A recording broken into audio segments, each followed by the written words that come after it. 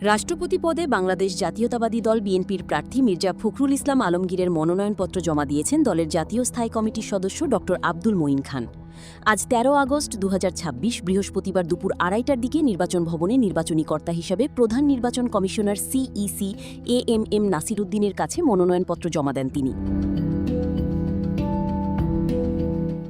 মনোনয়নপত্র নিয়ে নির্বাচন ভবনে আসেন বিএনপির জাতীয় স্থায়ী কমিটির সদস্য আব্দুল মঈন খান, গয়েশ্বর চন্দ্র, দলের যুগ্ম মহাসচিব শহীদ উদ্দিন চৌধুরী, হাবিবুন নবী খান সোহেল, চিফ হুইপ নুরুল ইসলাম মনি, হুইপ রকিবুল ইসলাম বকুল, মিয়া নুরুদ্দিন আহমেদ অপু, আখতারুজ্জামান মিয়া ও এবিএম আশরাফুদ্দিন নিজান সহ প্রতিনিধি দল।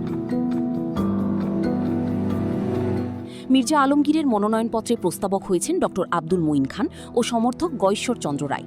মনোনয়নপত্র গ্রহণকালে সিইসির সঙ্গে ইসি সচিব আখতার আহমেদও উপস্থিত ছিলেন।